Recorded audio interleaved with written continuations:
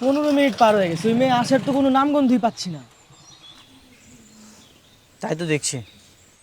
আমার মনে হয় ওই মেয়ে তোর সাথে মজা করছে, কি আবল তাবল ফোনে বলছে আর তুই নাচতে নাচতে চলে এলি। আমি কই নাচলাম? তুই তো গতকালকে রাত্রে আমাকে রাজি হতে বললি। ঠিক আছে, ওই মেয়ের নাম্বারে ফোন দিয়ে দেখ ও আসবে নাকি আমরা চলে যাব।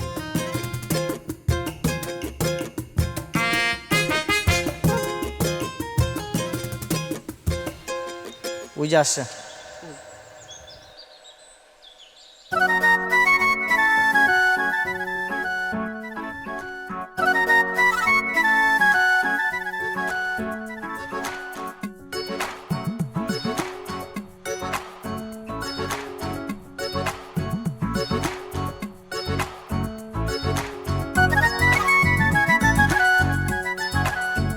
দোস্ত, মেয়ে তো দেখতে অনেক সুন্দর।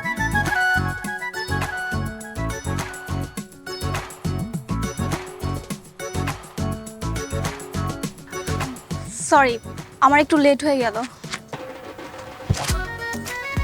আচ্ছা তোরা কথা বলতে হলে আমি যাই। হ্যাঁ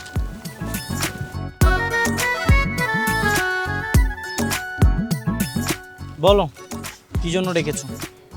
মোবাইলে তো সব কথা বললামই। আপনার সাথে ওরকম খারাপ ব্যবহার করার জন্য সত্যি আমি খুবই অনুতপ্ত। হ্যাঁ ঠিক আছে, ঠিক আছে, ইটস ওকে। আমি আপনার বাইকের জরিমানা দিয়ে দিব, কোনো সমস্যা নেই। আপনি বলুন, আপনার বাইকের জন্য আপনাকে কত টাকা জরিমানা দিতে হবে? থাক, কোনো টাকা দেওয়া লাগবে না, আমি আমার বাইকটা সারিয়ে নিয়েছি। ও আচ্ছা, আরেকটু অনুরোধ ছিল। আবার কি?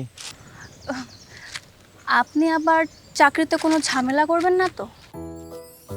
এটা কেন বললে? কোনটা? আমি চাকরিতে কোনো ঝামেলা করবো না সেটা কেন বললে?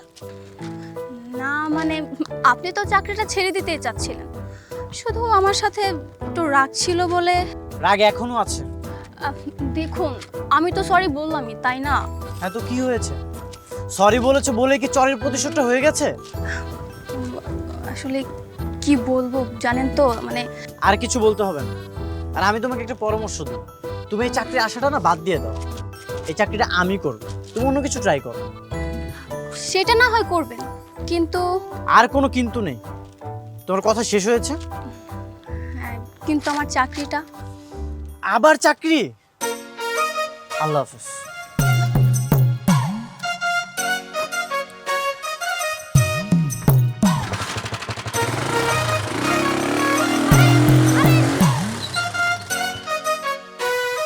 কি দেমাক রে বাবা, চেঁচে পড়ে কথা বলতে আসলাম আর তার মধ্যে এত ভাব দেখে চলে গেল।